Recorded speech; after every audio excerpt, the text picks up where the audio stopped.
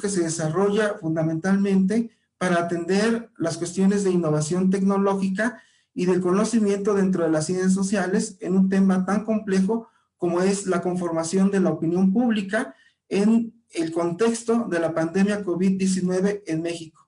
Sin lugar a dudas, el proyecto ha sido muy enriquecedor, fundamentalmente en el aspecto de un quehacer de investigación acompañado con los alumnos de licenciatura, también como parte del desarrollo de investigación, alumnos de posgrado, de doctorado de ciencia política, y quienes conforman el grupo de investigación es la Unidad Académica de Ciencia Política de la Universidad Autónoma de Zacatecas, la FES Acatlán de la UNAM, la Universidad Autónoma de Guerrero y la Universidad del Istmo. Realizamos un equipo de trabajo y bueno, iniciamos el día de hoy con el desarrollo en 5 sesiones en etapas sucesivas de lo que han sido los hallazgos empíricos de nuestra investigación. Pues bienvenidas y bienvenidos a todos, les agradecemos mucho su presencia y damos inicio a nuestro diálogo en términos de la conferencia que vamos a presentar el día de hoy. Muchas gracias.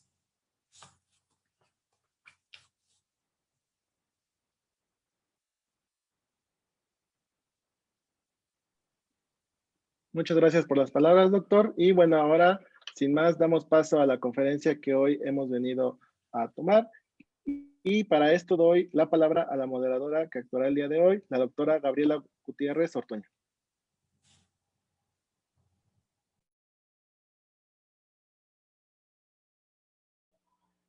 Buenas noches a todos, a todas. Soy Gabriela González Ortuño, quien modera esta noche esta mesa.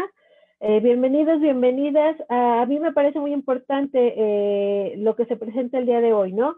Estamos hablando del Laboratorio Permanente de Democracia Deliberativa y Opinión Pública. Si ustedes dan un ojo a la página de este proyecto, podrán darse cuenta de la importancia del trabajo transuniversitario. Me parece que además esto cobra mucho más relevancia porque nos está mostrando cuál es la importancia de las ciencias sociales en una coyuntura tan complicada como la que estamos atravesando con la pandemia del COVID, ¿no? Entonces, el esfuerzo para este tipo de trabajos interinstitucional transuniversitario me parece muy valioso, sobre todo para que quienes ahorita nos escuchan y están en su etapa de estudiantes puedan acercarse a lo importante que es desarrollar investigación en ciencias sociales. Esta mesa en específico va a presentar la construcción teórica y metodológica cualitativa del proyecto que se llama La emergencia de las noticias falsas en el ámbito de salud en el contexto de la pandemia COVID-19 en México, discursos y construcción simbólica de los actores sociales. Es decir, nos muestran de una manera práctica la necesidad del quehacer de los científicos sociales en momentos complicados como estos.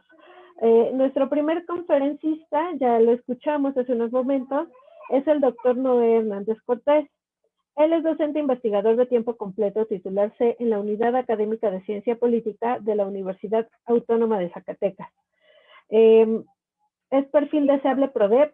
Actualmente trabaja en el proyecto de investigación titulado Los partidos populistas de izquierda en América Latina, perspectivas teóricas y casos.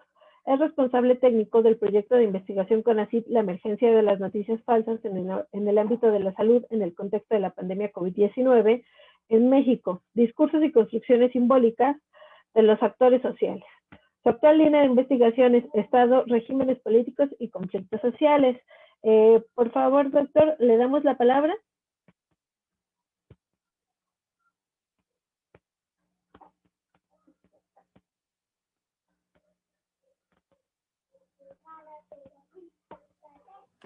Sí, muchas gracias, doctora Gabriela, por la presentación, muy amable por sus palabras.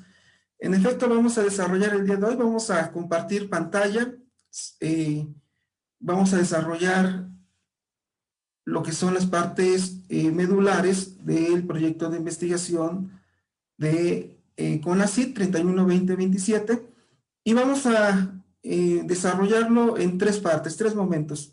En primer lugar, la cuestión propiamente teórica, que es lo que me corresponde reflexionar de manera colectiva con ustedes.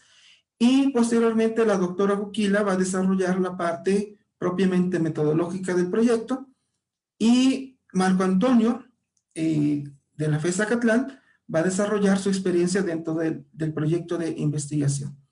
En ese sentido, entonces, vamos a indicar esta construcción teórica y de la metodología cualitativa de nuestro proyecto de investigación, que propiamente se desarrolló con el financiamiento de CONACYT, cuyo título es La emergencia de las noticias falsas en el ámbito de la salud en el contexto de la pandemia COVID-19 en México, discursos y construcción simbólica de los actores sociales.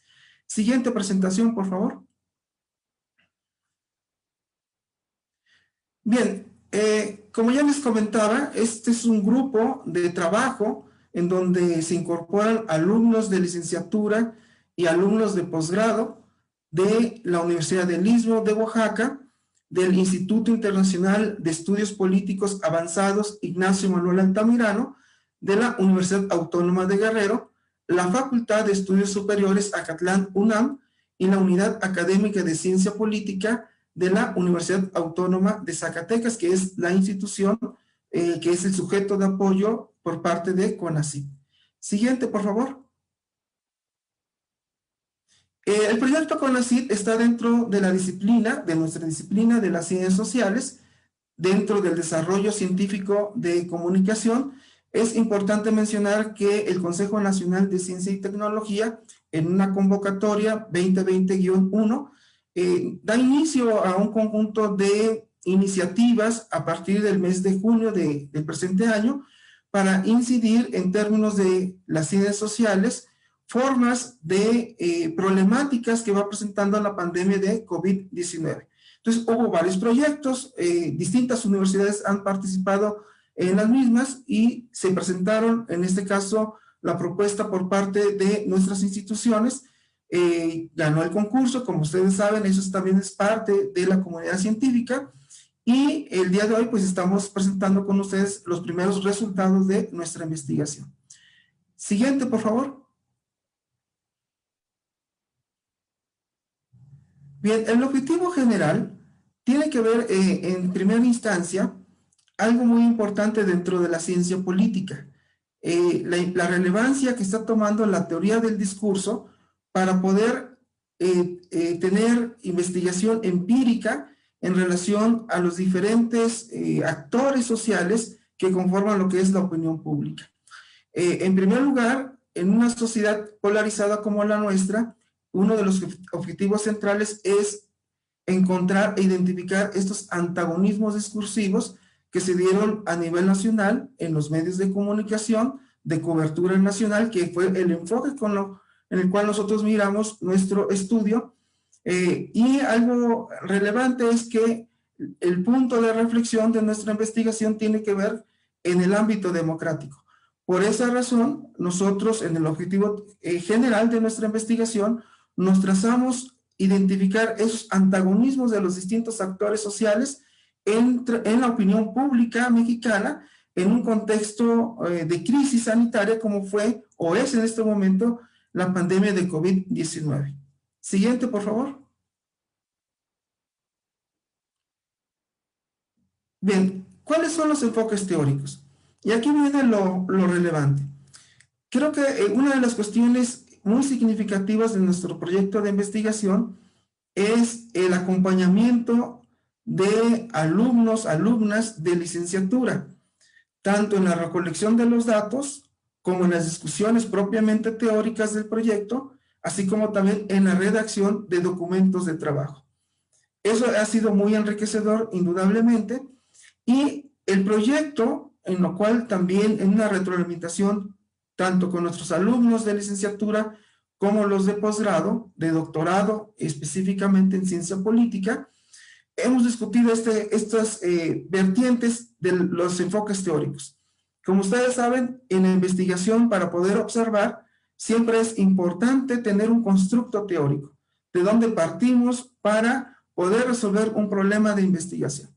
Y nosotros tomamos como punto de partida dos enfoques teóricos.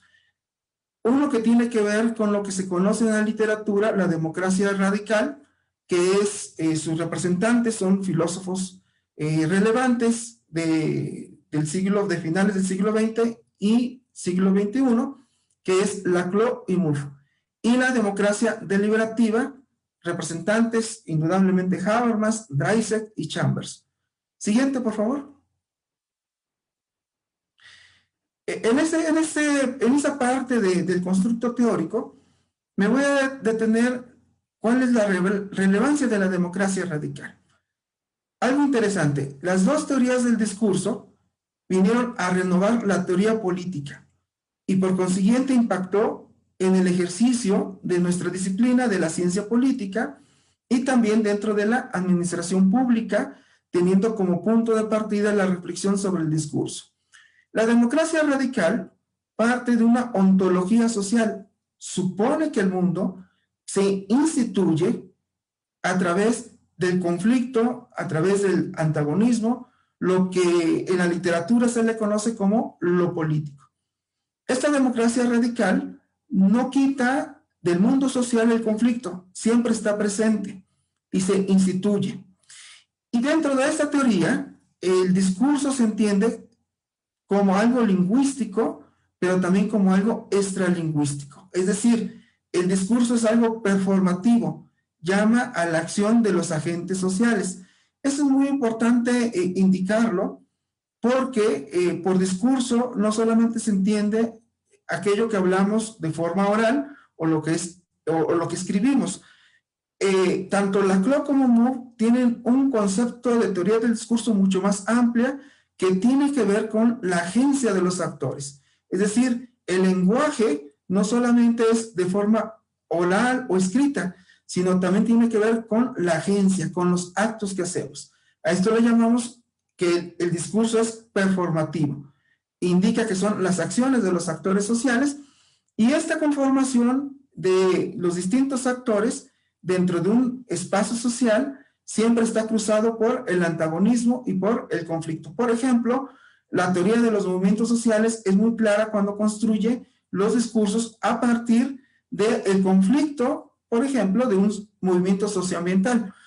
Esta idea del discurso es muy relevante porque nos permite pensar el antagonismo como inherente al mundo de lo político. Y esto es lo que se conforma como la democracia radical. Siguiente, por favor. Y hay otra vertiente, otra teoría del discurso que también tiene como enfoque la parte de la democracia que tiene que ver con la democracia deliberativa. Y esta democracia deliberativa viene de Habermas. A diferencia de Laclau y de Moore, la idea de Habermas es la racionalidad comunicativa, la transparencia de los actos de comunicación que tiene que llevar al acuerdo. Este tipo de democracia, sentada en el discurso, se le conoce como la democracia deliberativa, que está en la siguiente presentación. ¿Qué indicaría en ese sentido con los dos enfoques? Estos dos enfoques, democracia radical y democracia deliberativa, indica algo muy importante para la ciencia política y para las ciencias sociales en general, que la teoría del discurso vuelve a ser un paradigma de conocimiento importante para conocer los actos dentro de un espacio social que está cruzado por el conflicto. Pero la democracia deliberativa también señala como uno de los argumentos importantes y en el cual está con Habermas, que la idea de la deliberación es que los ciudadanos lleguen a consensos que públicamente sean justificables y puedan llegar a acuerdos para la estabilidad política.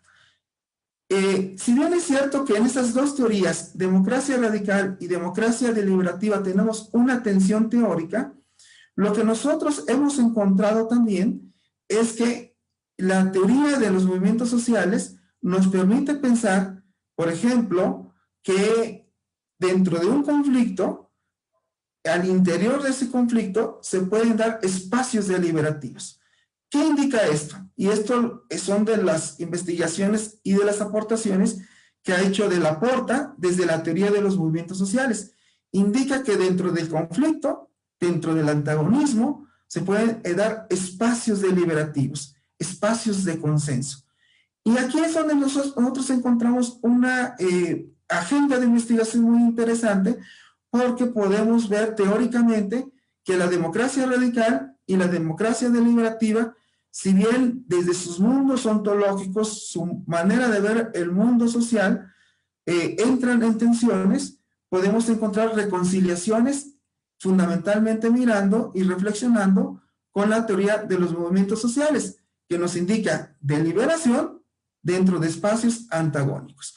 Nuestra opinión pública en México se ha conformado de esa manera.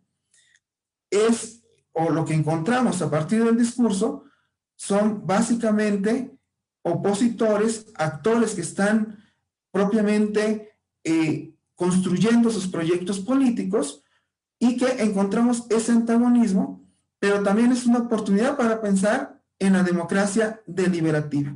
De ahí que, como mencionaba la doctora Gabriela, hemos conformado un laboratorio permanente de democracia deliberativa y opinión pública bajo esos paradigmas. Es decir, el conflicto no cede tan fácilmente, es el componente de un mundo social, y más en una sociedad mexicana tan polarizada como la nuestra, pero también es una oportunidad para pensar formas deliberativas.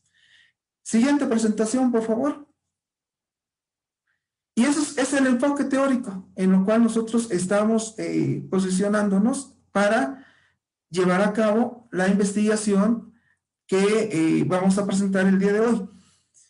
Ahora bien, bueno, aquí viene una cita de Kierkegaard, Soren Kierkegaard. Voy a leer literalmente a este filósofo.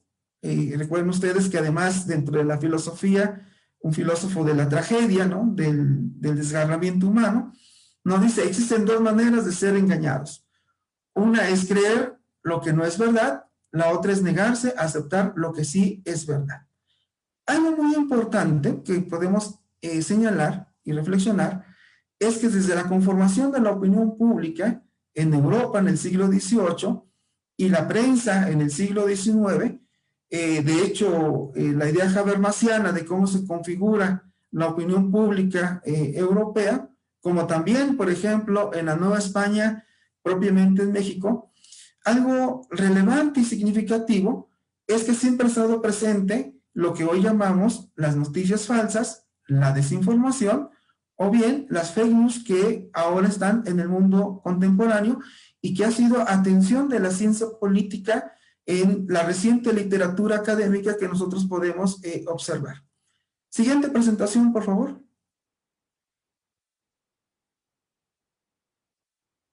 Bien, desde esta perspectivas hicimos en el proyecto de investigación hay algo muy interesante.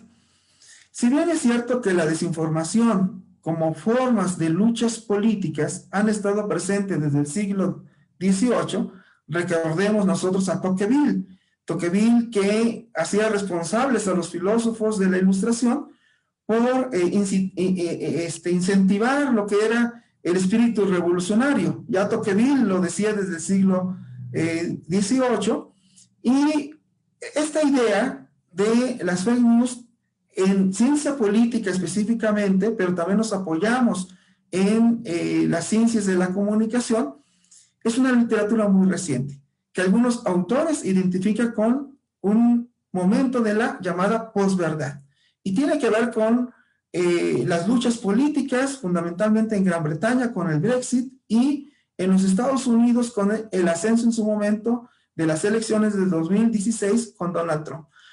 En la literatura reciente entonces de la ciencia política hay algo muy interesante. Encontramos dos argumentos teóricos que para nosotros fueron muy clave. Por una parte, la defensa de la democracia, pero con dos teorías del discurso.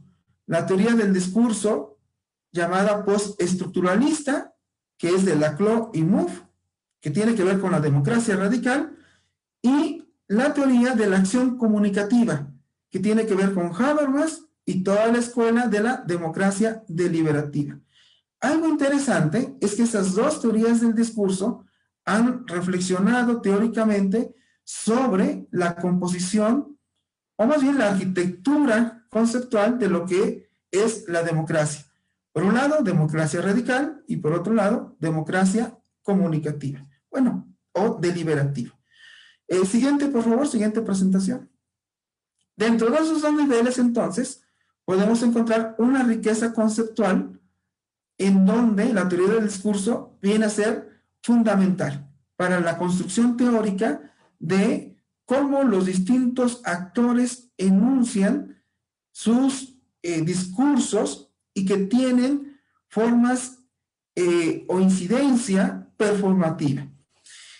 En las dos dimensiones de la comunicación política, también lo que encontramos en la literatura es lo que se conoce como las noticias falsas como género, que está identificada como género el género periodístico en los medios de comunicación, y la otra que le hemos llamado nosotros como las noticias falsas de etiqueta, que tiene que ver más bien con los discursos de los políticos que descalifican una forma de deslegitimar a los medios de comunicación. Pensemos en el caso de Donald Trump.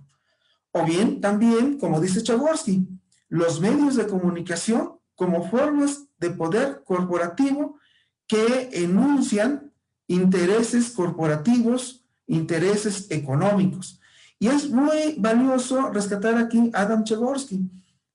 Ustedes nosotros lo conocemos dentro de nuestra comunidad de ciencia política, en el sentido de que Jaworski lo que busca en una visión marxista identifica las luchas de poder, pero esas luchas de poder en una democracia se dan a través de los medios de comunicación. Bajo estas dos vertientes de la comunicación política que la literatura ha identificado a las noticias falsas, como las noticias falsas como género dentro de los medios de comunicación, otros autores han ido, por supuesto, a las redes sociales, en donde también identifican esta parte de las noticias falsas, pero nosotros tuvimos que tomar una decisión metodológica. En primer lugar, identificar medios de comunicación a nivel nacional, de cobertura nacional, por su gran impacto que tienen, y por otro lado, que esos medios de comunicación fueran exclusivamente lo que es la prensa, o lo que conocemos como nosotros como la prensa, y dejamos fuera las redes sociales para acotar justamente la cuestión de el objeto de investigación de nuestro proyecto. Siguiente presentación, por favor. Bien, entonces la teoría, como ustedes pueden observar, pues fue, digamos, teniendo componentes de ir delimitando la investigación, y en este pequeño esquema nos enfocamos a ver las noticias falsas entonces como género, medios de comunicación de cobertura nacional, desprendida de la literatura, y también cómo los políticos construyen sus discursos a través de los medios de comunicación. Va a haber una sesión el día de mañana que tiene que ver ya propiamente, y esto, la parte metodológica la va a abordar la doctora Juquila. Solamente quiero comentarles que toda la información, toda la base de datos fue construida y analizada con Atlas-T. Y Atlas-T lo que identifica es la construcción de todos esos discursos y las tendencias de los discursos, pero piensen ustedes, toda la opinión pública con todas las notas recopiladas para poder observar cómo se construyeron los discursos a través de los medios de comunicación.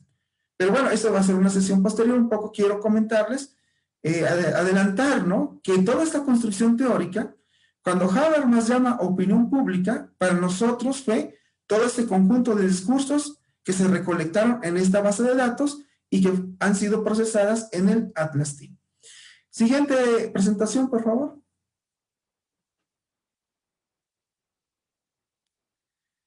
Bien, entonces en esta parte de esos niveles que yo les comentaba, las noticias falsas como género en los medios de comunicación y como etiqueta, pasa entonces a la reflexión sobre cómo se configura la opinión pública.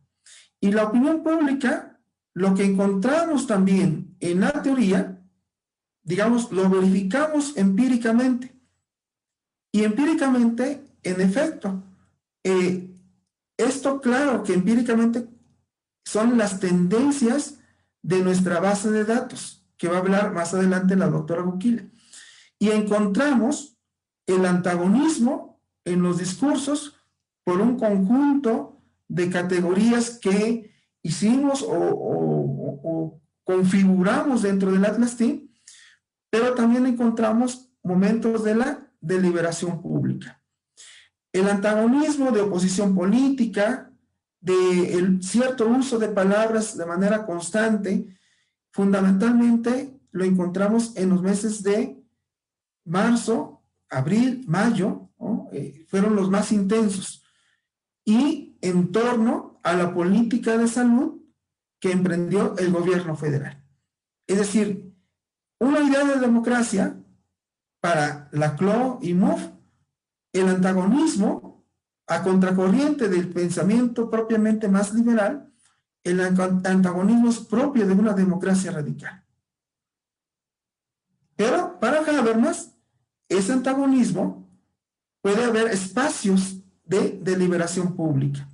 En efecto, lo que encontramos son oposiciones a la política de salud en esta emergencia sanitaria del gobierno federal a partir de toda la configuración de los distintos discursos.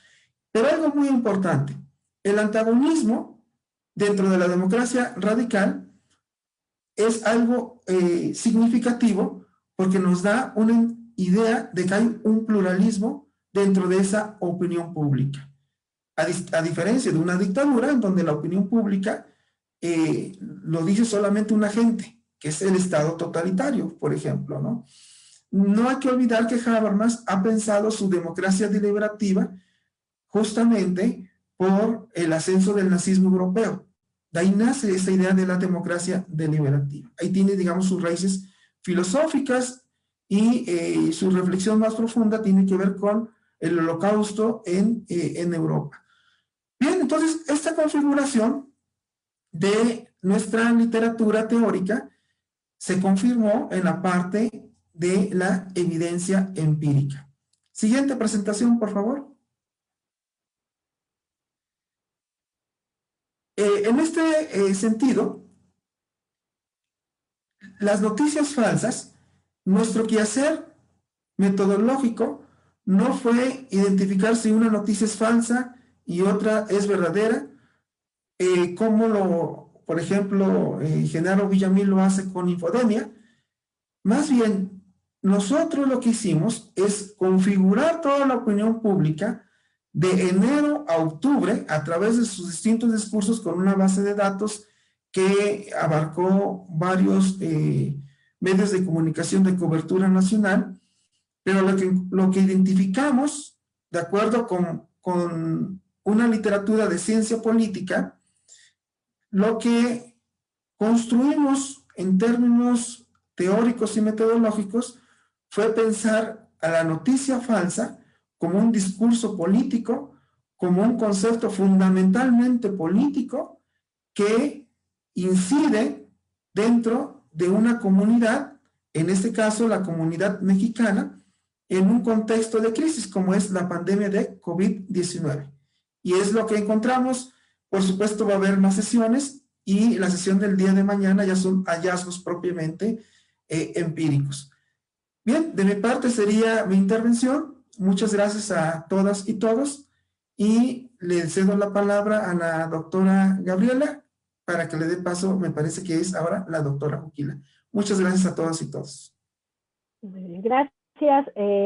Es muy interesante. A mí me parece sumamente destacable el uso de la CLO para este tipo de trabajos, ¿no? Porque es uno de los pensadores latinoamericanos más importantes en el mundo y creo que no es tan utilizado a veces en nuestra disciplina, ¿no? De repente nos da mucho por voltear hacia autores del norte y a mí me parece muy destacable que estén llevando adelante esta investigación con un pensador latinoamericano tan importante, ¿no? La cuestión de la democracia radical. Yo revisaba hace un rato el material y justamente me quedaba la duda de la diferencia entre la democracia radical y la democracia deliberativa, y ahora nos lo ha explicado muy bien, doctor. Muchas gracias.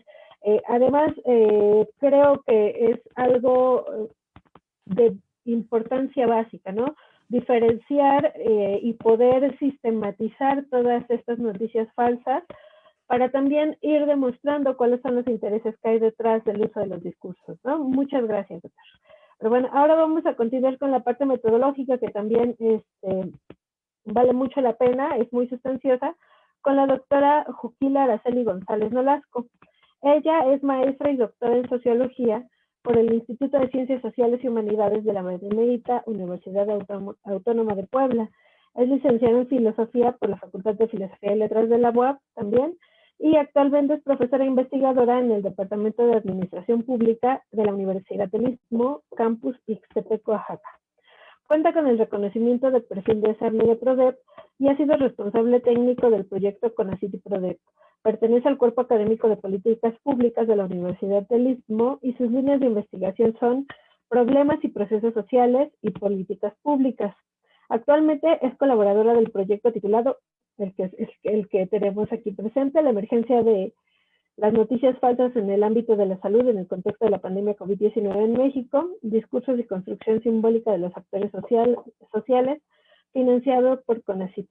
Adelante, doctora, la escuchamos.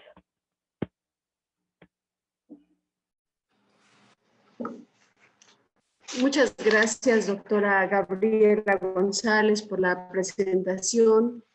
Muy amables a todas las personas que hoy nos acompañan, estudiantes, alumnos, egresados, profesores, investigadores y todas las personas que hoy nos acompañan. Agradecemos a las autoridades de la UNAM, de la FES Acatlán específicamente, y quisiera dar continuidad a la ponencia con base en lo que se expuso con respecto de la construcción teórica del proyecto de investigación y especialmente con la idea de un concepto operacionable que es el de la noticia falsa como discurso político.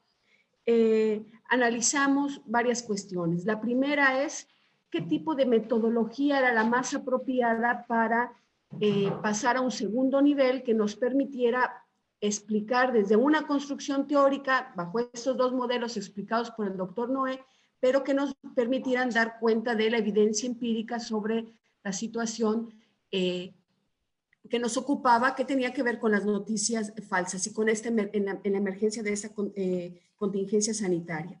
Y para ello, la metodología cualitativa fue la más idónea. ¿En qué sentido? Uno, en primer lugar, porque la metodología cualitativa nos permite construir marcos interpretativos.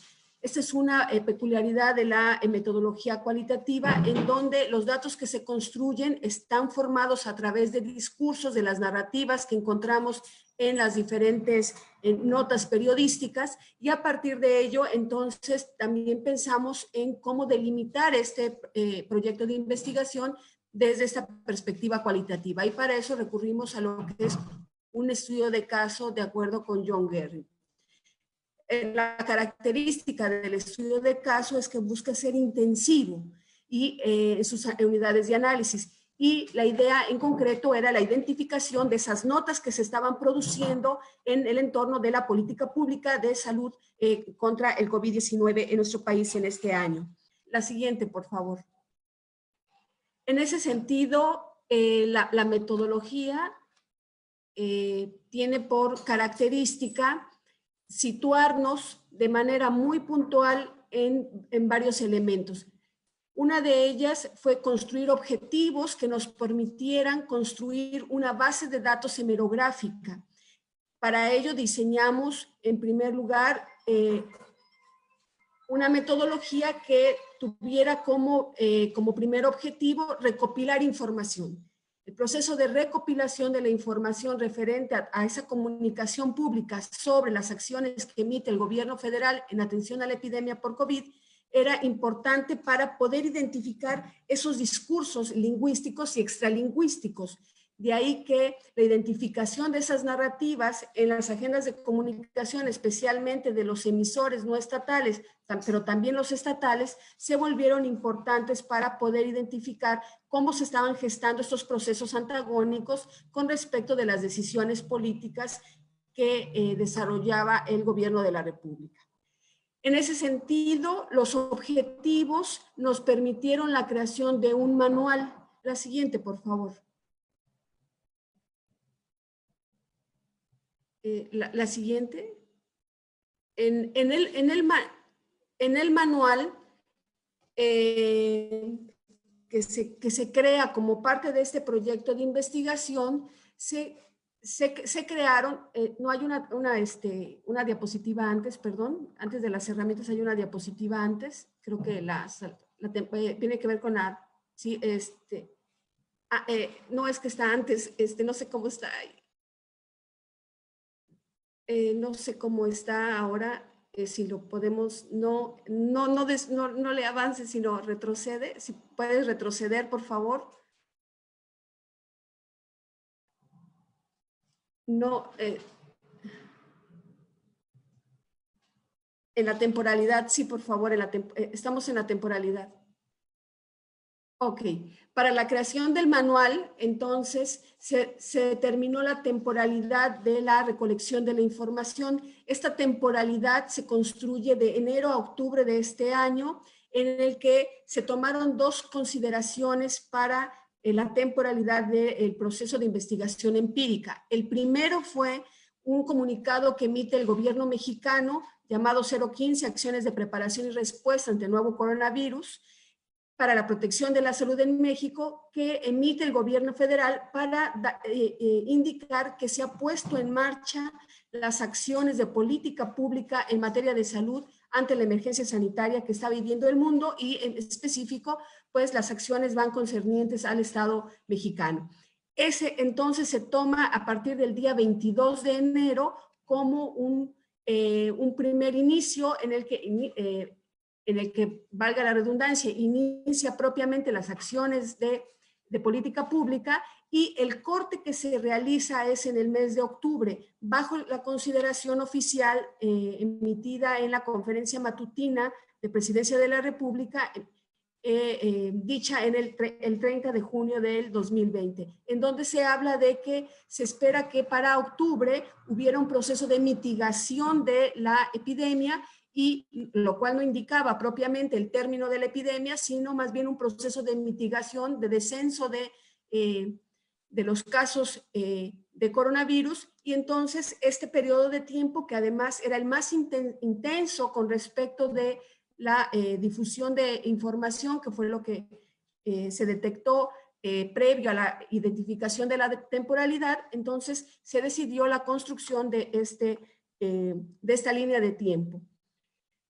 En el marco de la investigación, metodológicamente hablando, le pasamos a la siguiente, por favor.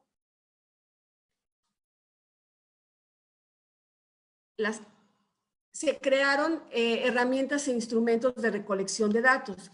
La metodología cualitativa sugiere, en primer lugar, el uso de la observación. Entiéndase, el uso de la observación como este trabajo interpretativo racional del investigador, que le permite obtener información oportuna con respecto, en este caso, para nuestra investigación, de los discursos lingüísticos y extralingüísticos, a partir de evidentemente, de las narrativas que se construyeron en los diferentes periódicos. Y el instrumento que se diseñó para la recopilación de las notas periodísticas fue una cédula de registro hemerográfica. Entonces contamos con una herramienta que se volvió fundamental para la elaboración de una base de datos hemerográfica, y dos, la cédula de registro hemerográfica. Estos dos componentes han sido la guía que dio certeza metodológica al procedimiento de la investigación. La siguiente, por favor. La siguiente. Estos dos elementos cómo se expresaron ya propiamente en la cédula. A continuación se los voy a presentar. Si le pasan a la siguiente, por favor.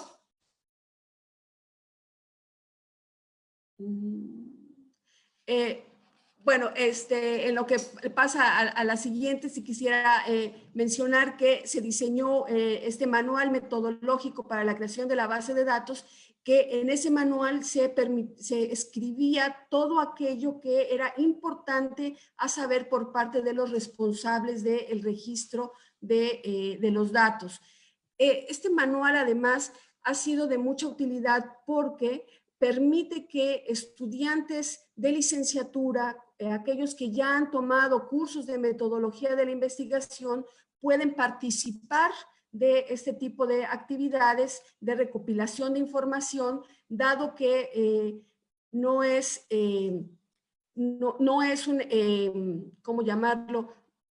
No es un manual que sea utilizado por, digamos, cualquier persona, valga la expresión, sino especialmente por aquellos que nos dedicamos al campo de las ciencias sociales. De ahí que no, es que se están adelantando, es una antes, por favor. No, era la que seguía.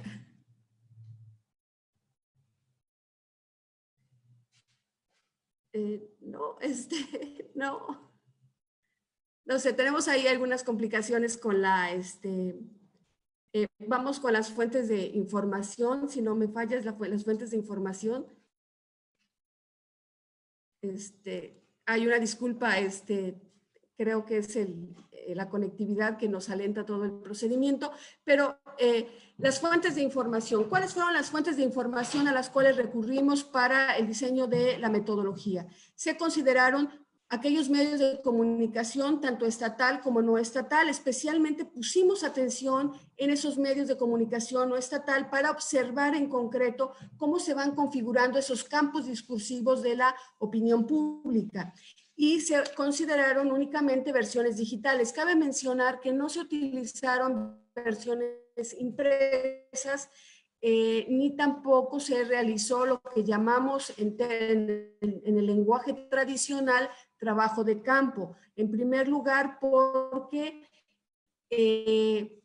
las mismas condiciones de la emergencia sanitaria, contamos con una diversidad de fuentes digitales de diversos medios de comunicación a los cuales tenemos acceso. Así que nuestras fuentes de información fueron variadas y fueron asignadas a nuestros responsables del registro de los datos. La siguiente, por favor. ¿Cómo se diseñó el manual? Primero, la estructura. La estructura de este manual implica la configuración de este instrumento de recolección de la información y es un instrumento específicamente diseñado para sistematizar la información que producen los diferentes medios, como los llamamos dentro del proyecto, los emisores no estatales. Y una característica de la cédula es que fue estructurada por 7 secciones sobre las notas periodísticas.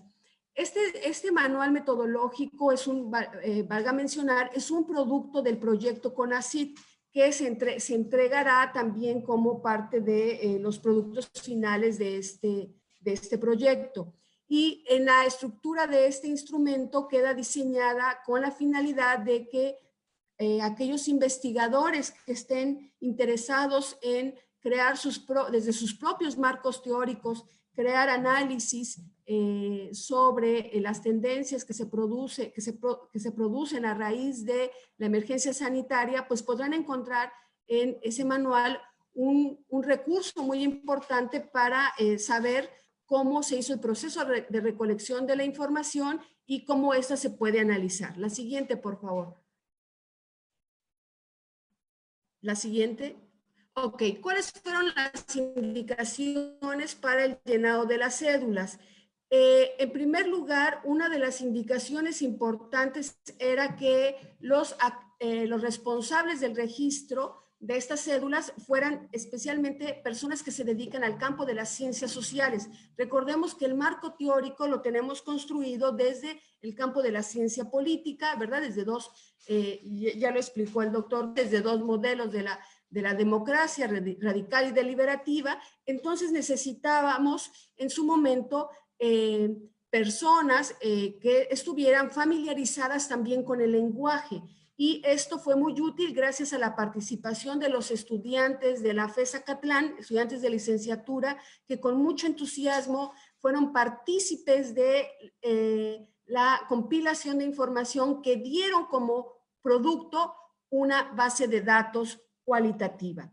Por supuesto, no solamente pueden participar estudiantes de ciencia política, también de administración pública de la Universidad del Istmo, tuvimos una participante también que es del área de la administración pública, pero también pueden participar, por supuesto, comunicadores, politólogos y sociólogos, lo que nos indica que este manual metodológico es de utilidad también para otras investigaciones derivadas de la situación pandémica en nuestro país desde la perspectiva de las ciencias sociales y de la ciencia política. La siguiente, por favor. Adelante, ¿Qué implicó la capacitación de los responsables? Esta fase es muy importante mencionarlo. Muchas de las veces, cuando se habla de la parte metodológica, y especialmente en proyectos de investigación a nivel licenciatura, se omiten ciertos elementos importantes, los procedimientos a seguir dentro de la metodología, que son justamente los que dan validez del proceso de investigación. Aquí es muy importante mencionar que la capacitación de los responsables de las cédulas se hicieron en trabajos intensos de cada semana, reuniones vía Zoom, en donde se hacía la explicación técnica de las cédulas, tanto de forma como de contenido, pero al mismo tiempo se hacía un ejercicio de reflexión sobre el procedimiento metodológico de la base de datos. Es decir, esta parte no es meramente técnica de revisar un periódico y de copiarle y pegar la información,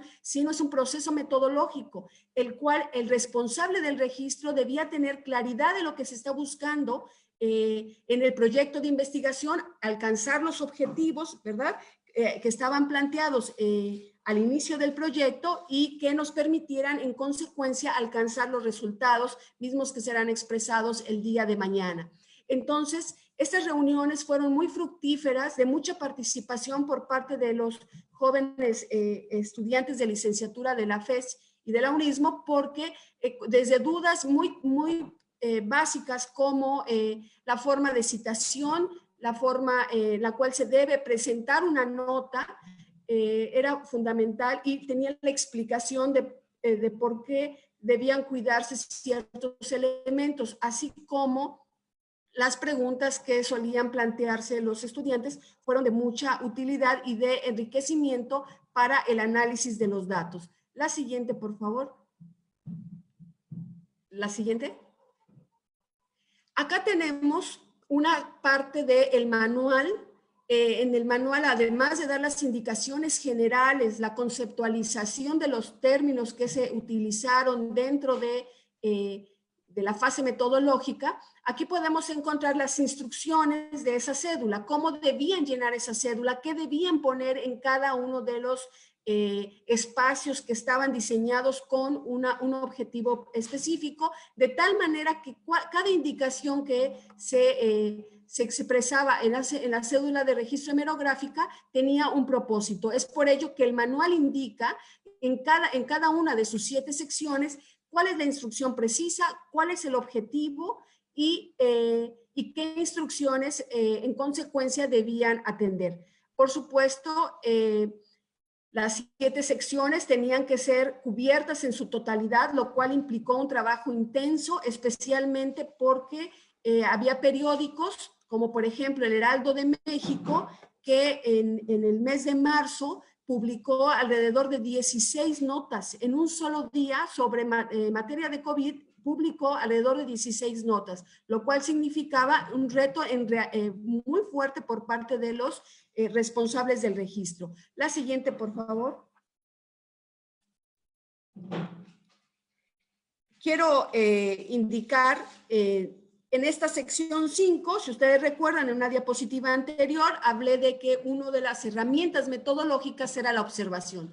Y la pregunta era cómo vamos a hacer la observación directa si estamos haciendo investigación hemerográfica. Entendemos en este proyecto de investigación que esto es trabajo de campo, que la observación directa la hace el responsable y su trabajo era integrar su perspectiva. Aquí está el elemento subjetivo del investigador. Así que cuando el investigador, lo que llamamos el responsable del registro, integraba su perspectiva sobre el contenido de la nota, nos permitía más adelante construir esas tendencias y la construcción de códigos que se van a explicar el día de mañana. Así que los responsables del registro, y aprovecho para felicitar a los estudiantes de la FES Acatlán y de la UNISMO, porque gracias a esas observaciones que emitían en las cédulas de registro, permitió generarse de manera inductiva los hallazgos y las tendencias de las noticias falsas. Esta sección entonces quizá fue la que exigía un reto mayor. Las otras secciones, en consecuencia, digamos que tenían un reto de menor intensidad. Sin embargo, las consideraciones sobre la forma de recolectar la información y de hacer las observaciones estaban diseñadas sobre un eje común, la identificación de los discursos, siguiendo, por supuesto, la perspectiva de Laclau y de Mouffe. La siguiente, por favor. Aquí ustedes pueden ver nuestra fabulosa cédula de registro hemerográfica. Perdón por la emoción, en realidad es un gran instrumento que nos permite sistematizar una nota periodística, lo cual implicó familiarizarnos con los periódicos, con las plataformas digitales, de tal manera que el proceso fuera más ágil, dado que el flujo de la información era muy vasta. De ahí que, si ustedes observan, está desde una fase de control interno que es propio para el proyecto, así como la información fundamental para poder citar estas cédulas, y además que permitieran después al proceso de análisis en el software de Atlas-T ser mucho más ágil el proceso de sistematización de la información. Pero ese proceso mañana se los van a explicar el día martes, mañana martes, así que no vayan a faltar porque es digamos que la segunda parte. Aquí ustedes pueden observar los datos generales desde la fecha de publicación, la fecha en que se hace el registro de la nota, quién es el responsable de esa nota, la fuente, la forma de citación. Se utilizó el sistema APA de citación de la fuente hemerográfica, de tal manera que tuviéramos los datos precisos de la nota a analizar. Y recordemos que desde el lenguaje metodológico eran las unidades hermenéuticas. Esta cédula, en términos técnicos, en realidad constituye una unidad hermenéutica. La siguiente, por favor. Adelante, la siguiente.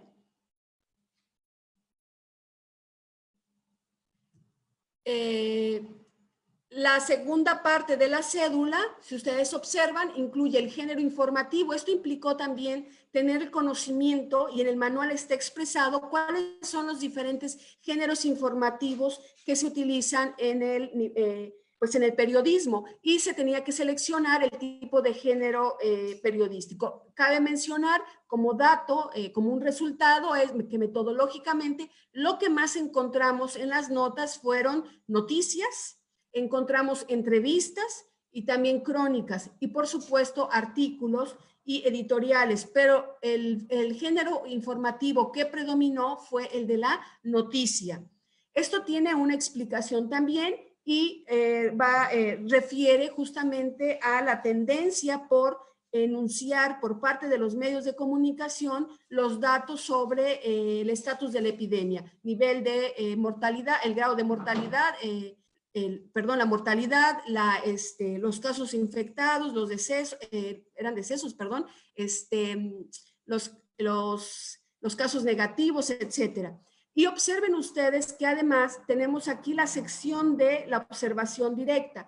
Es decir, que hay un espacio dentro de la cédula donde el investigador, el responsable del registro de la información, debía escribir, narrar lo que él observaba de la nota que está expuesta de manera textual. A la nota no se le agrega, no se le quita nada, se respetan los derechos de autor y el investigador pues tenía la tarea intensa, por supuesto, de explicar qué observaba en esa nota. Imagínense hacer el ejercicio para tantas notas. A veces teníamos 3 o 4 notas por día, a veces una, a veces en enero, por ejemplo, hubo una buena cantidad. Sin embargo, para el nivel el mes de marzo, perdón, es un punto de inflexión muy fuerte porque en ese mes casualmente coincide con el punto más alto cuando inicia la jornada la Jornada Nacional de Sana Distancia, en donde aumenta también la difusión de noticias. La siguiente, por favor. Esta es entonces la cédula que los chicos tuvieron que trabajar. Observen que en la cédula se tenían que integrar todas las imágenes, se integraron las ligas, los links que vinculaban a otros temas relacionados y debía respetarse y tener mucho cuidado del registro de la información. Por eso es que fue un trabajo muy arduo y muy intenso, porque había que hacerlo contra el tiempo. La siguiente, por favor. Para formar nuestra base de datos hemerográfica, entonces, en su versión pública, contamos al final que después del proceso de compilación de información, tenemos una base de datos de 2.566 notas periodísticas, de alrededor de 11 periódicos revisados, entre ellos Bolemón, Milenio, El Economista, Sin Embargo, Latinus, Reforma, El Proceso, La Jornada, El Universal, por mencionar algunos. Así que contamos ahora con una base de datos hemerográfica que sirve no solamente para el proyecto de investigación, sino que también es un insumo para la segunda fase de la metodología, que es el análisis en Atlas-T. Pero esa parte será un asunto del día de mañana. Esta es mi participación a grosso modo sobre lo que fue el diseño metodológico del proyecto de investigación 31-20-27 con financiamiento CONACYT. Y ahora va a ser muy grato escuchar a nuestro compañero Marco, una experiencia concreta de lo que significó hacer aplicar esta metodología. Muchas gracias. Gracias, doctora.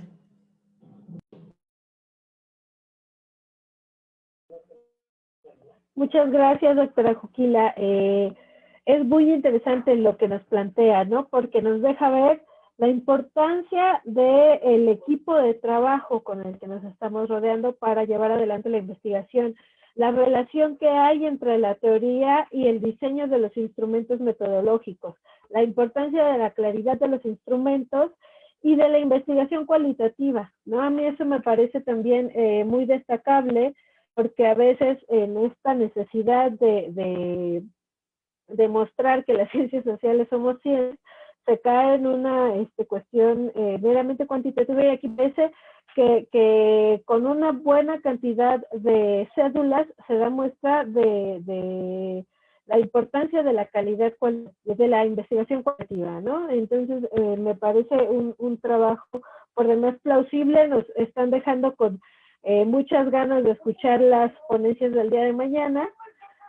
Y bueno, vamos a pasar con nuestro siguiente ponente, que es Antonio Hernández Aguilar. Marco es egresado de la licenciatura de Ciencias Políticas y Administración Pública de la Zacatlán. Cuenta con publicaciones en diversas revistas y en 2019 se desempeñó como becario del Programa de Apoyo a la Investigación para el Desarrollo y la Innovación en el proyecto La militancia de los partidos políticos, democracia interna y procesos de toma de decisiones. Actualmente se encuentra en el desarrollo de su tesis, que se titula Populismo y Postneoliberalismo en la Cuarta Transformación de México 2018-2020. Marco, te escuchamos.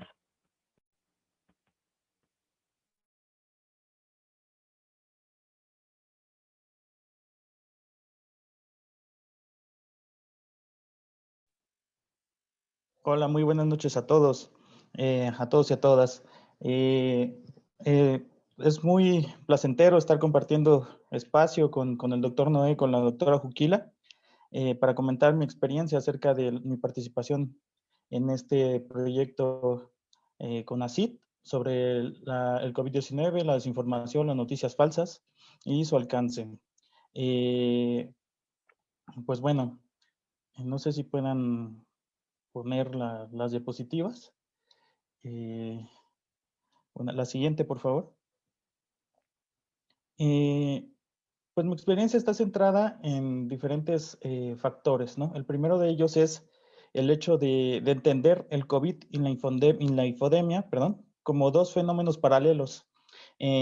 Para ello, todo lo que han expresado los doctores anteriormente, el doctor y la doctora, me lleva a entender que vimos lo que es un fenómeno mundial, una crisis sanitaria mundial como la del COVID-19, pero desde la ciencia política. Entenderlo desde la ciencia política a través del discurso. En este sentido, yo ya había tenido algún acercamiento a la literatura de Ernesto Laclau, y bueno, me pareció sumamente interesante encontrar una visión distinta que se acompañaba de las mismas definiciones. Es decir, en este caso, del uso del discurso. Entender el uso del discurso a través de Laclau como parte de la construcción de un sujeto político que nos ayuda a entender cuál es el hecho de estos antagonismos, de esta polarización que se vive dentro de la sociedad y también de este discurso que parte de las élites, ¿no?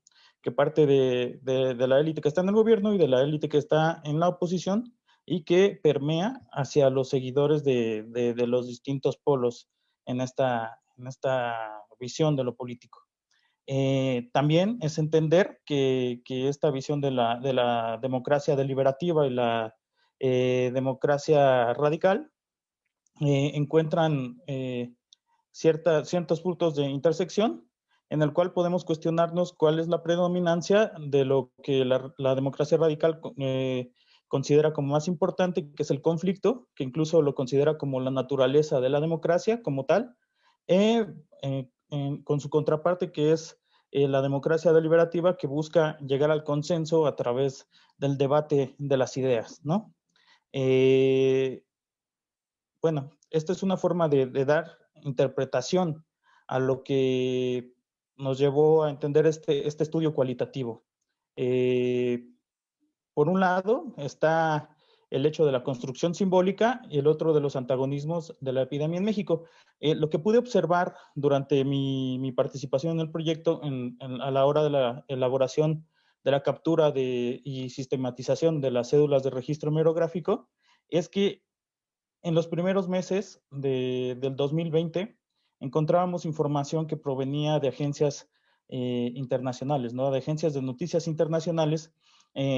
Esta información estaba, pues, literalmente, pues sí, nada más difundida por los medios nacionales, en los cuales en el mes de enero y febrero se iba construyendo una narrativa casi como de película de ciencia ficción acerca de lo que estaba sucediendo en el mundo. Se iba dando cuenta del avance del COVID-19, bueno, del nuevo coronavirus, como se empezó a identificar primero. Se iba construyendo esta narrativa del peligro que se acerca, y conforme fue avanzando la pandemia y ya fueron avanzando las fases en México, cuando se entró en fase 3, que fue en el mes de marzo, empieza a verse por qué se cimentó esta narrativa de la crisis que viene, ¿no? Incluso hay notas que nosotros encontramos, el equipo encontró dentro de los periódicos nacionales, en los cuales antes de que se entrara a fase 3, empieza a hablarse de un sistema de salud sumamente endeble, ¿no? Que no cuenta con los hospitales necesarios, con los especialistas, que no tiene la infraestructura necesaria para soportar una crisis como la que se espera por el nuevo coronavirus. Esta construcción simbólica, estos antagonismos se pueden observar en, no sé, en columnas de opinión, por ejemplo, de distintos diarios, en los cuales encontramos el discurso oficial, que es el del gobierno de México, en el cual se ofrecen datos que abonan a crear cierta certidumbre o cierto afán pues sí, de confianza en las instituciones del gobierno mexicano, al decir que se cuenta con la infraestructura necesaria para soportar los embates de la epidemia, ¿no?, en México. Mientras tanto, los columnistas de opinión empiezan a cuestionar este discurso del gobierno de México. Esto es algo que dentro de la propia definición de infodemia de la Organización Mundial de la Salud, nos da a entender que esta confrontación entre los discursos, pues bueno, nos hace ver que el discurso del gobierno, que es el discurso predominante, se ve claramente golpeado por la intención del discurso de la oposición de poder incidir en el discurso predominante con sus elementos. Uno de ellos, uno de esos elementos que es constante es el uso de cubrebocas, ¿no? O el hecho de la realización de pruebas masivas, ¿no?, de COVID-19. Pues bueno, esto ayuda a entender la radicalización de la democracia, el hecho del sujeto político que encuentra como pues sí, su cimentación ideológica, política, dentro de estos discursos. De manera personal, a mí, al momento de capturar las cédulas, me gustaba muchas veces leer los comentarios y encontrabas desde la gente que estaba a favor del gobierno de México hasta la gente que observaba elementos del discurso de la oposición y que comentaba que el COVID era pues algo de una conspiración, ¿no?, de las élites mundiales para tratar de adueñarse de un mundo que se le estaba yendo de las manos, ¿no? Pues bueno, estos fenómenos paralelos de la infodemia y del COVID-19 surgen como también desde un punto de vista particular, el hecho de que la oposición no cuenta con un proyecto político propio y entonces empieza a politizar la pandemia y a generar a cuestionar directamente la estrategia del gobierno de México y se empieza a ver este intercambio de información que en un momento llega a ser tanta porque estamos siguiendo un fenómeno que está en tiempo real y tratamos de dar la mayor información y dar el seguimiento, como lo acabo de mencionar, en tiempo real, en cuanto a las respuestas que se tienen de este virus que resultaba desconocido, ¿no? La siguiente, por favor.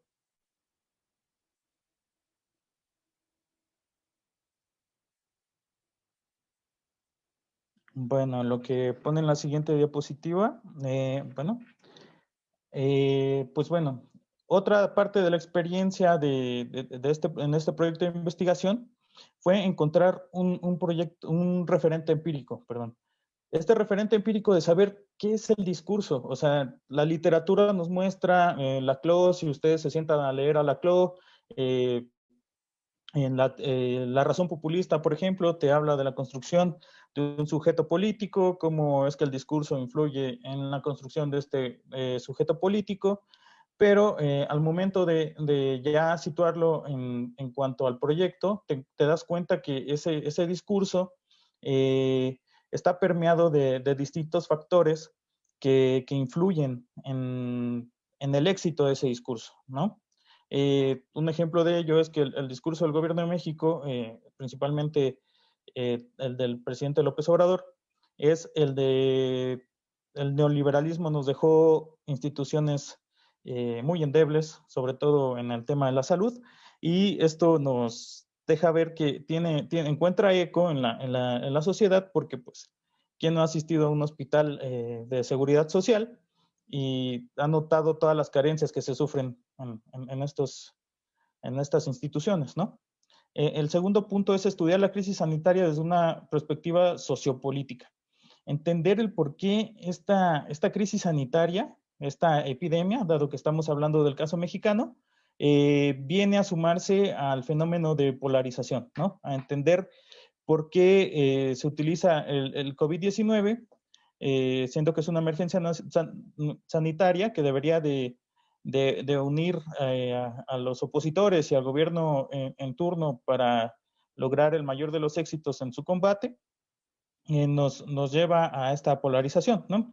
Pues bueno, tratando de ver que se cumple esa máxima de que los grupos mediáticos, es decir, los medios de comunicación, representan intereses de grupos dominantes, ¿no? Que cuestionan esta construcción simbólica por parte del gobierno de México y que entablan este interés de polarizar a la sociedad mexicana, ¿no? Y bueno, otro punto es que a partir de esto surge el interés de continuar con la investigación, a la par en la cooperación con el doctor Noé, con la doctora Juquila, de futuros proyectos, de futuros documentos en los que se pueda cooperar con ellos, en los que se pueda trabajar con ellos en conjunto y establecer pues sí, nuevas líneas de investigación en las cuales, por ejemplo, como lo mencioné al principio, yo tenía la experiencia por la elaboración de mi tesis, del análisis del discurso, un poco de la teoría del discurso de Laclau, de la teoría populista de Laclau. Entonces eso me lleva a entender desde otra perspectiva, desde otro fenómeno, como lo es la infodemia y la crisis sanitaria por COVID-19, esta parte del discurso. La siguiente, por favor.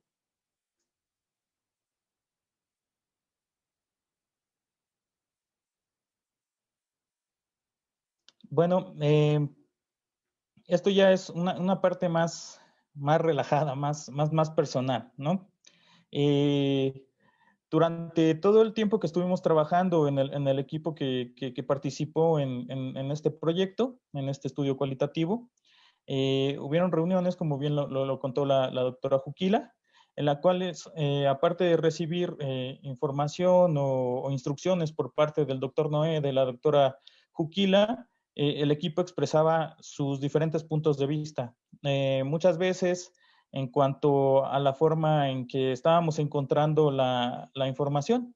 La información, pues, se fue recolectando a partir de los meses, bueno, fueron 10 meses de los que se recolectaron.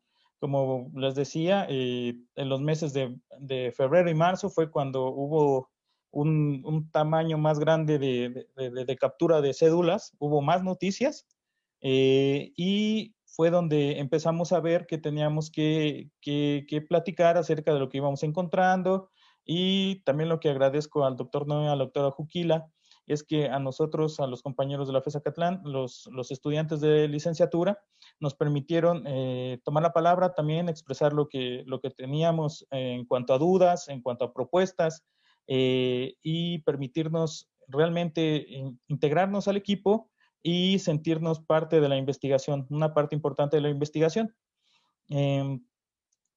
Otro punto es que, bueno, de manera personal, hay que establecer o busqué establecer un plan de trabajo que me permitiera conjugar mis actividades diarias con el hecho de participar en el proyecto de investigación y no dejar atrás los objetivos grupales, ¿no? En cuanto a los días de entrega de las cédulas, en cuanto a la forma en que se tenía que hacer, en cuanto a seguir las instrucciones que el doctor Noé y la doctora Juquila nos compartían. Y siempre hubo esa comunicación, ya sea vía WhatsApp, en las llamadas de Zoom que teníamos, y establecer esos planes de trabajo, ¿no? Siempre hubo la confianza de decir, voy un poco atrasado, pero en esta semana ya envío mi avance.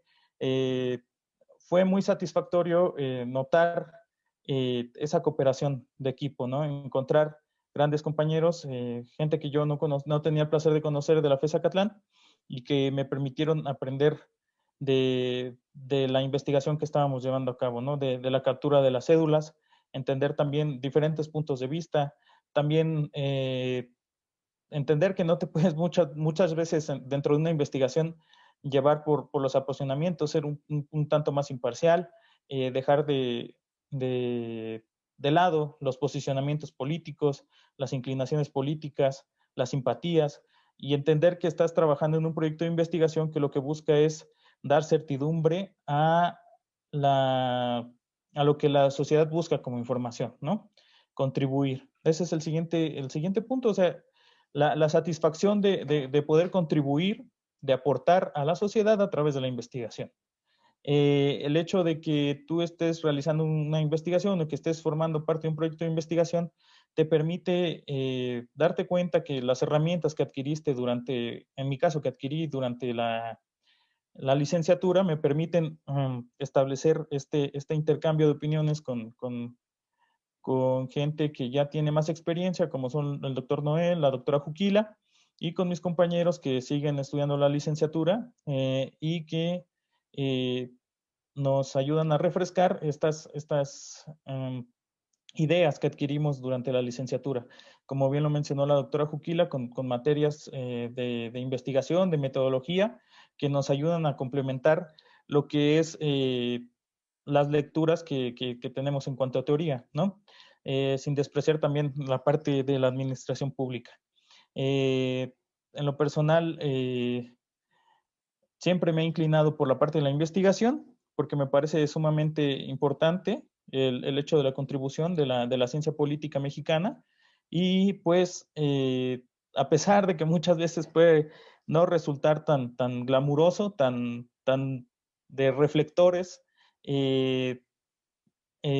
termina contribuyendo de manera sustancial a lo que es la formación de los futuros politólogos, ¿no? En nuestro caso, pues el doctor Noel, la doctora Juquila nos invitaron a participar, nos permitieron participar y sobre todo nos dieron la confianza de aportar nuestro punto de vista, como ustedes bien lo vieron en las cédulas, ¿no? El hecho de poder realizar un análisis que nos ayudara a construir la parte fuerte del proyecto, ¿no? Observar cómo es que las noticias van guiando la opinión del lector y cómo es que estas opiniones van haciendo que un proyecto político triunfe, fracase o se mantenga, ¿no?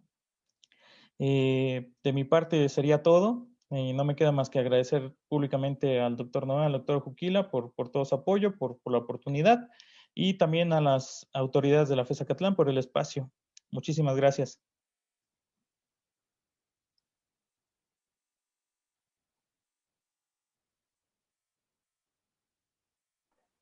Muy bien, muchas gracias, Marco. Creo que la experiencia que nos presentas aquí puede ayudar a formar un muy buen ejemplo entre la comunidad, ¿no? De la importancia de la investigación.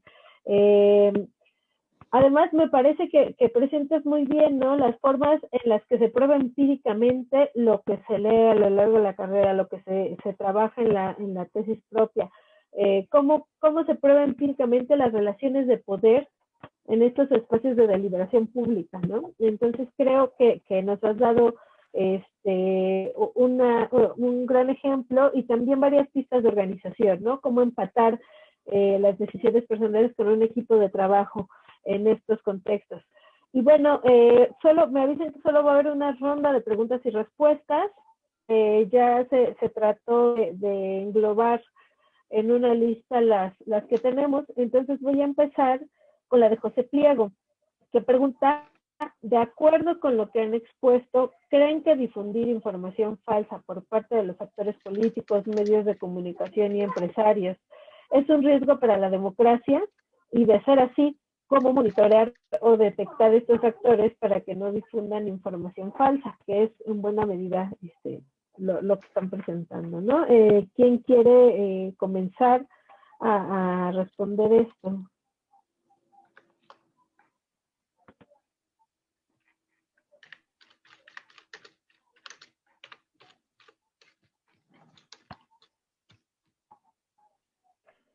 Yo creo que si nos quitan el mute, Alonso, así ya pueden comenzar a responder. El doctor Noé ya tiene su micrófono abierto. Adelante, doctor. Sí, muchas gracias. Sí, muchas gracias, doctora Gabriela. Sí, la pregunta es realmente muy interesante. A mí me gustaría compartir la reflexión con base a la literatura académica. en realidad hay posturas encontradas. Por ejemplo, para Tchaikovsky, el mundo político es un mundo político de conflicto de interés, de racionalidad entre distintos actores y en la que la teoría de juegos cada quien va a maximizar dentro del espacio público. Para Tchaikovsky, la democracia tiene que ser el mecanismo por el cual se tenga que regular todas estas distintas fuerzas políticas que están dentro del juego democrático.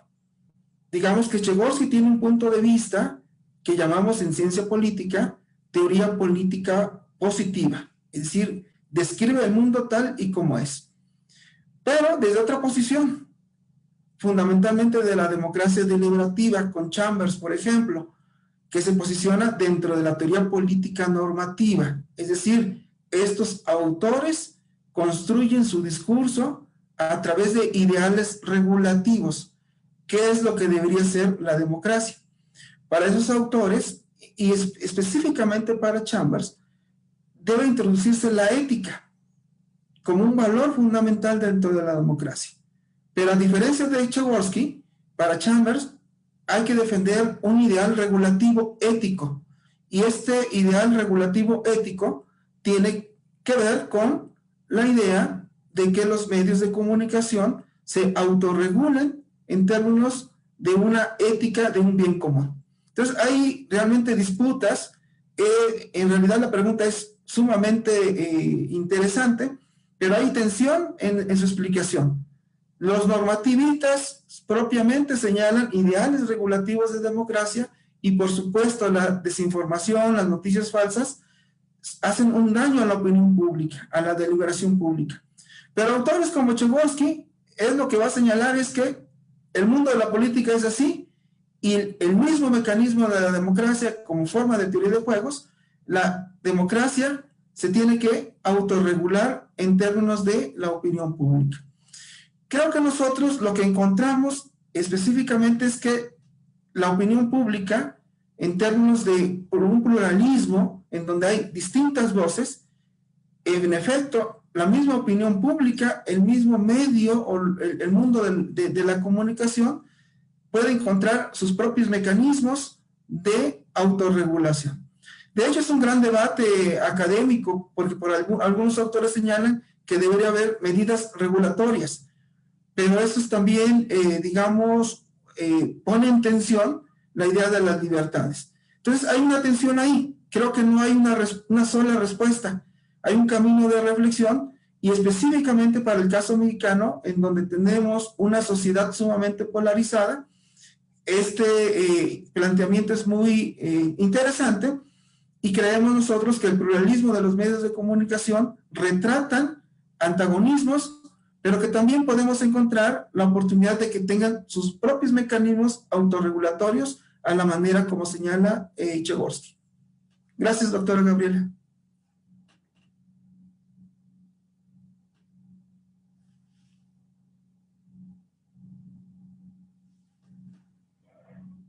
Gracias, doctor. ¿Alguien más, doctora Juquila o Marco, quieren agregar algo a lo que expresó el doctor Noé? Yo creo que levanta la manita para que nos vayan desbloqueando el audio. Gracias, doctora Gabriela. Sí, ¿sí me escuchan? Sí. Gracias, doctora Gabriela. Es una pregunta en realidad muy interesante y bastante compleja, ¿verdad? Y evidentemente sí requiere que su respuesta sea construida desde en el campo de la ciencia política, pues desde un determinado referente. Sí me parece que tajantemente poder argumentar este es un riesgo, pues puede ser también un canal por el cual se establezcan nuevas formas de argumentación y de persuasión y se dé cabida a la deliberación pública. Entonces, un poco coincidiendo con el doctor Noé, sí hay un debate al respecto. Lo interesante aquí, en el caso del proyecto de investigación, es cómo situamos el tema de las noticias falsas justamente como un proceso, como un proyecto político. Y esto es muy importante identificarlo porque cuando partimos de esta idea, entonces nos permite observar justamente estos antagonismos que se van dando de forma inherente en la democracia que estamos viviendo en México. Entonces, es interesante cómo las noticias falsas o las noticias en general van construyendo significados también, ¿verdad? Esos significados que la opinión pública va construyendo, se va apropiando y que se van resignificando dentro de la vida institucional y, por supuesto, de la vida social. Entonces, sí me parece que es una pregunta muy importante, y muchas gracias por el planteamiento. Me parece que hay una línea de discusión también al respecto. Gracias. Muchas gracias. Incluso me parece que con lo que están haciendo podemos notar la tensión entre esos proyectos políticos, ¿no? Y creo que como politólogos, más que decir si hay peligro, no hay peligro, hay que dar cuenta de esa tensión. Pero bueno, muchas gracias, Marco. Hay una pregunta específica para ti. Te la leo. Carla Estrada pregunta, como egresada de licenciatura de Ciencias Políticas y Administración Pública de la FES, ¿cuál fue el reto más grande de participar dentro de un proyecto de esta magnitud? Pues bueno, considero que el reto más grande pasa por lo más sencillo, que es el hecho de la organización, ¿no? Más por los tiempos que estamos viviendo. La organización a distancia, el tenernos que reunir por Zoom, muchas veces nos dejaba como con ciertas dudas que teníamos que ir resolviendo sobre la marcha. También el hecho de resolver lo que es tu formación como politólogo y entender que la teoría la tienes pues sí, que llevar a la práctica y qué hacer, qué aportar a este estudio cualitativo realizando un análisis que parte de tus conocimientos, ¿no? De los conocimientos que tú has adquirido en tu formación y transformarlos ya realmente en lo que es pues parte de la parte sustancial del proyecto. La parte más difícil es precisamente, como lo mencioné hace rato, dejar un tanto los sesgos ideológicos y concentrarte en que estás participando en un proyecto que requiere que tú hagas una interpretación del fenómeno que estás observando y que cuentas con las bases teóricas para hacer esta interpretación. Es decir, no dejarte llevar por el apasionamiento. Muchas gracias, Marco. La siguiente, para los doctores Juquila y Noé, nos preguntan en qué consiste este proyecto del Laboratorio de Democracia Deliberativa y Opinión Pública. Si nos pueden contar un poco.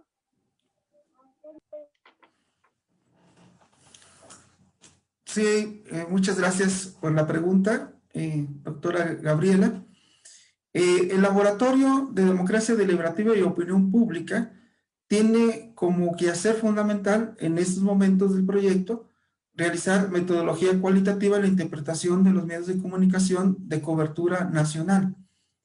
Tenemos una página que es Lambdemop, la cual nos daría mucho gusto que la visitaran. Ahí estamos nosotros subiendo los productos académicos, los eventos en que hemos venido realizando. Pero fundamentalmente una alternativa que buscamos en la ciencia política es, en términos teóricos y metodológicos, qué tan importante es el discurso para realizar la investigación, y hemos decidido ir configurando un equipo de trabajo en donde la interpretación de los contenidos, en este caso los discursos en los medios de comunicación a nivel nacional, tiene como, digamos, forma de ir marcando las tendencias que, como hemos estado señalando, el día de mañana se va a presentar esta idea de investigación ya con los hallazgos propiamente empíricos. Y este laboratorio, actualmente estamos trabajando 22 integrantes entre profesores, investigadores y alumnos de licenciatura y de posgrado. Entonces es un equipo de trabajo que se ha configurado gracias a un financiamiento del Consejo Nacional de Ciencia y Tecnología, lo cual son las bases para que en el futuro podamos seguir construyendo investigación en términos de la metodología cualitativa y todos esos constructos teóricos y metodológicos que hemos expuesto el día de hoy. Y muchas gracias por la pregunta. Gracias, doctora Gabriela. Muchas gracias. ¿Usted quiere agregar algo, doctora Juquila?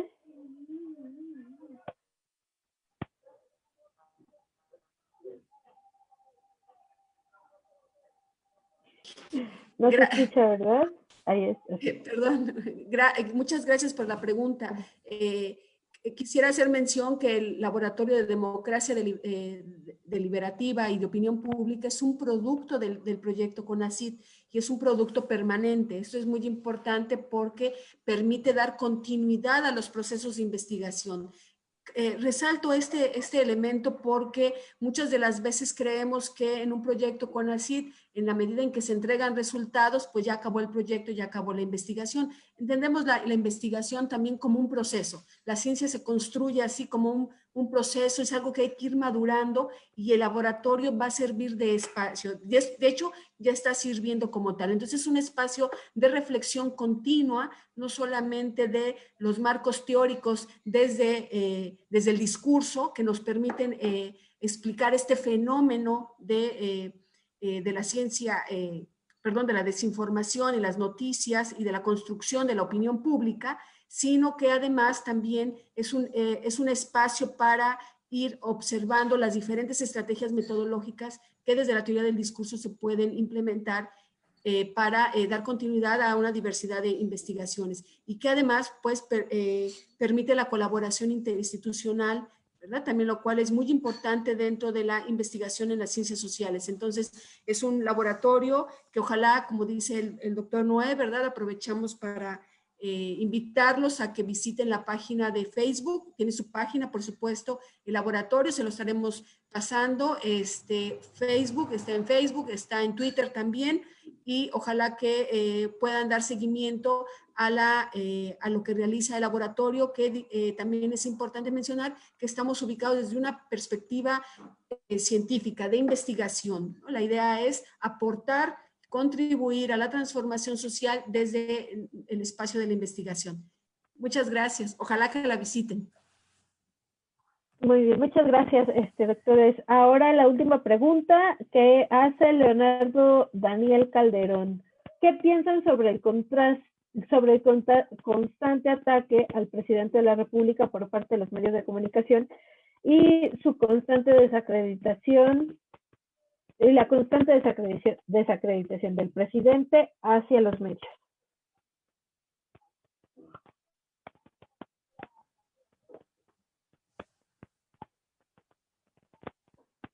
¿Quién se anima a contestar? Sí, muchas gracias, doctora Gabriela, si me permite tomar la palabra. Gracias también a la doctora Juquila. Bien, sobre esta pregunta, indudablemente que fue también una discusión dentro del equipo de trabajo. Lo que nosotros hemos mostrado es con evidencia empírica en términos del Atlas-T.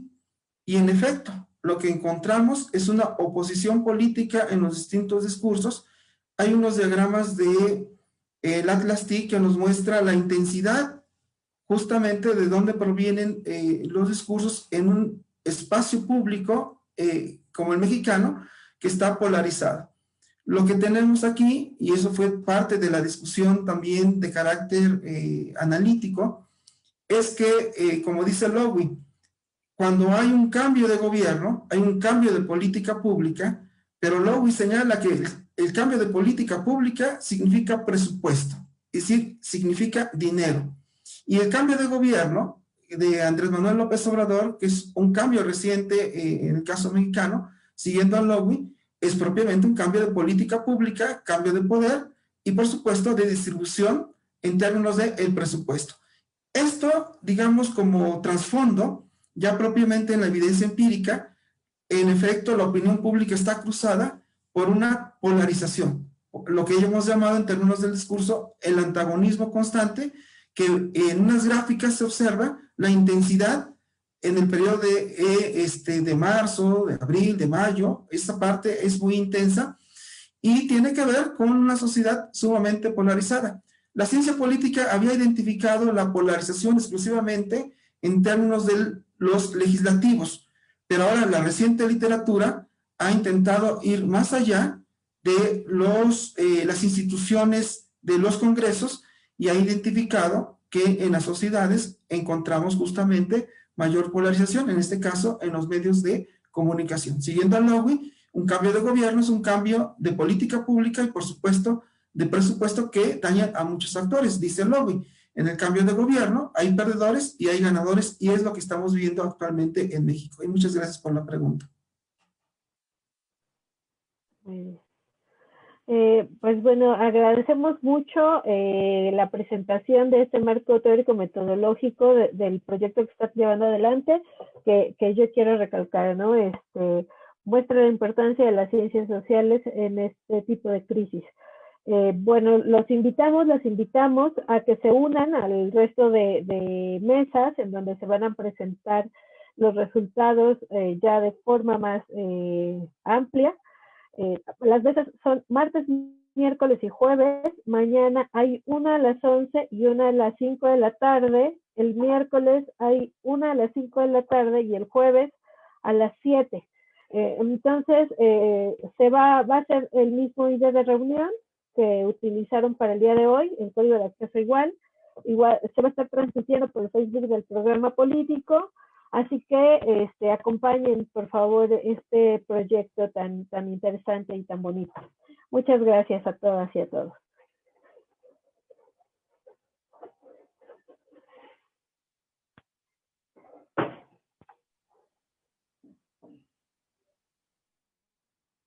Bueno, buenas noches a todos nuevamente.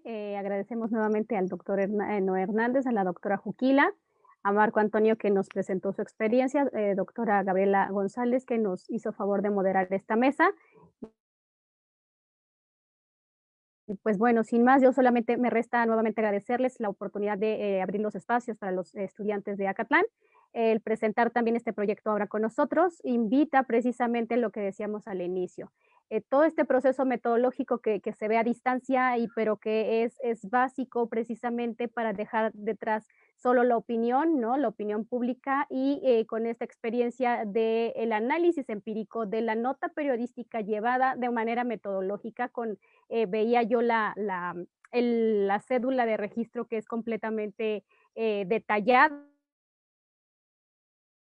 Es una cédula real completa y que también involucra también ese seguimiento noticioso que se debe hacer en todas las disciplinas, no solamente en asignaturas de la ciencia política, lo hacen sociólogos, comunicólogos precisamente, internacionalistas, y creo que parte de esta base fundamental de lo que es el seguimiento de todo el fenómeno social y político que vivimos.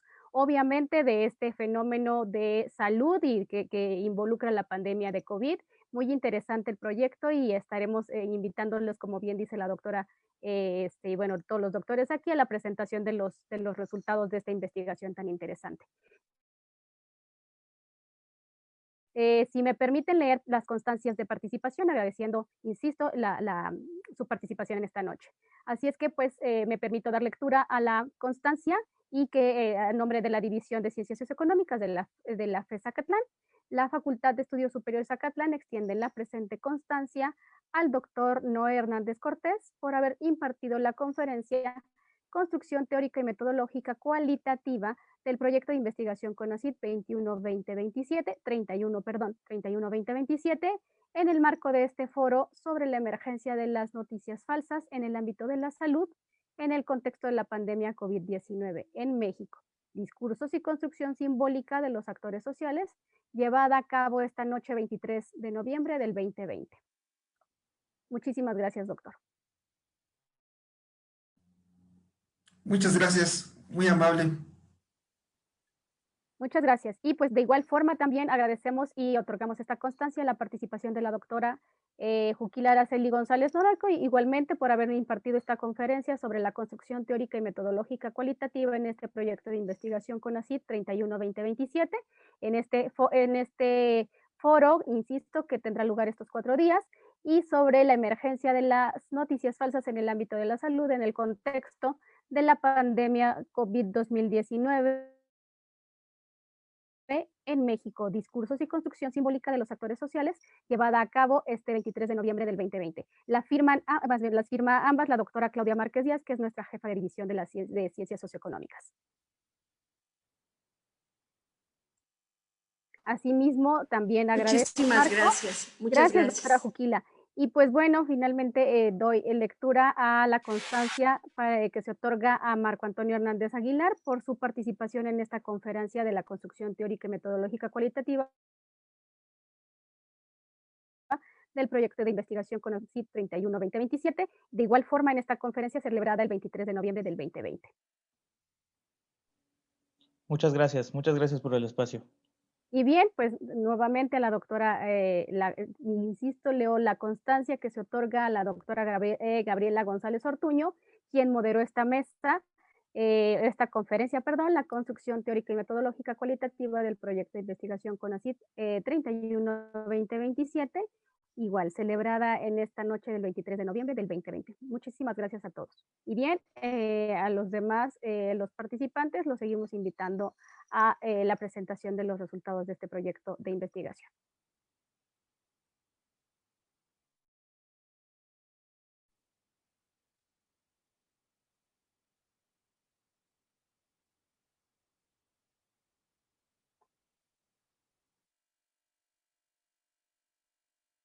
Y pues bueno, antes de despedirnos, nuevamente les doy los saludos de nuestros coordinadores, de nuestra jefa de división y de que sean bienvenidos a este espacio de la FES Zacatlán.